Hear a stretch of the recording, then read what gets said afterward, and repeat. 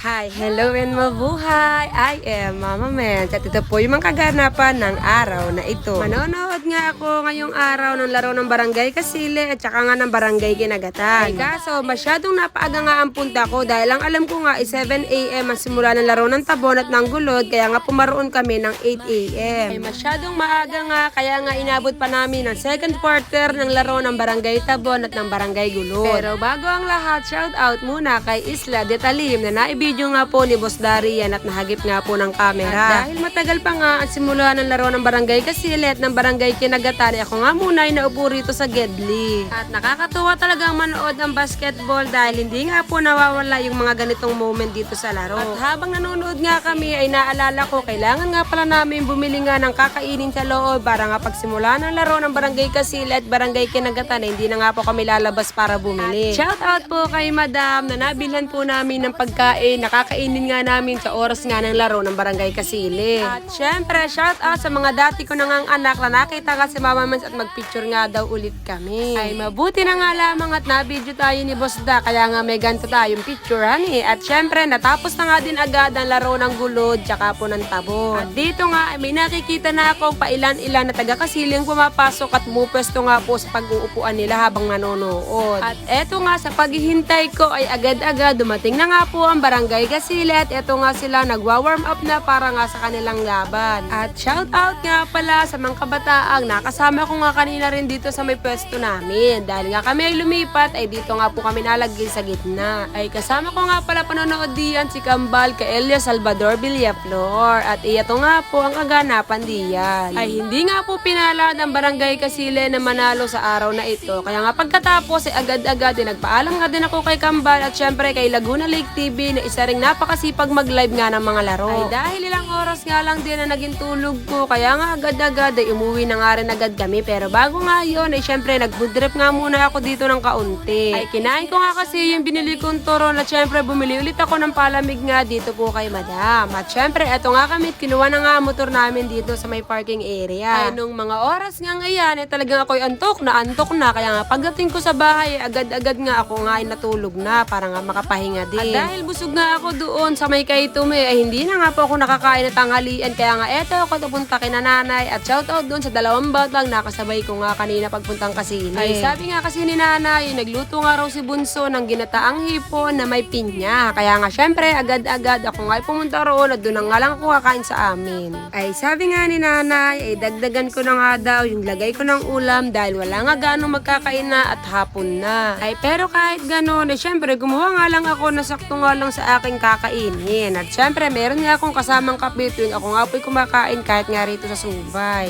At pagkatapos nga noon, nilabasan nga din ako ni Nanay Dian ng Coke. Ay kaso sabi ko, hindi naman ako mahilig mag soft drinks. At pagkatapos nga noon, ito nga si Nanay, hinawak-hawakan nga ang bukot, nagagandaan nga siya sa buhok ko ngayon. Ay kasi nga nung nakakaraan, ay nasira nga yung aking hair. Ay paano ba naman kasi, ay nausuan nga ako dati ng mga kulay-kulay ng buhok na iyan. Kaya nga ngayon, ay hindi na nga po ako nagkukulay ng buhok. Tapos, pinakita nga sa akin ni Nanay Dia ng kanyang treadmill dahil totoo nga ang sabi ni Nanay, nakaka-connect nga ng Bluetooth Dia. Kaya nga agad-agad ay sinubukan ko nga at na-connect ko nga yung cellphone ko at nag-play nga po ako ng aking music. At eto nga po, pakinggan ninyo.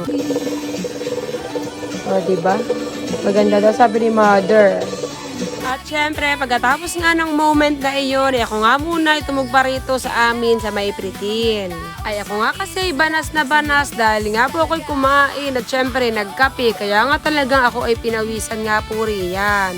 Ay kaya nga sabi ko ako muna ay magpapahangan nga po dito sa may libi sa may amin. Ay kaso nga lang ay hindi nga habagat ngayon. Pero nakakatuwa nga lang ang ating lawa at talaga nga naman balinaw na nga po at napakasarap ngang maligo ngayon. Ay kaso nga lang ay wala nang time para nga po sa gantong moment. At dahil wala nga pong kahangin-hangin din halos dito sa may libis ay kami nga rin ay umuwi na rin agad ni Nanay Rian. Kasama ko nga pala rito ang panganay kong anak tsaka nga po si Nanay. At tila nga daw kami magkakapatid pagka magkakasama. At kung mapapansin nga ninyo ay napakalaki na nga din ang aking anak. At pagkatapos nga noon kami nga po ay umuwi na rin dito sa may amin sa may Barangay Subay. Mabuti na nga lamang at meron kaming motor kaya anytime pagka gustong umuwi ay nakakauwi. At nang makita nga ito ng anak ko ay biglang nagustuhang magpabili ng bike honey. Yan lamang at maraming salamat po.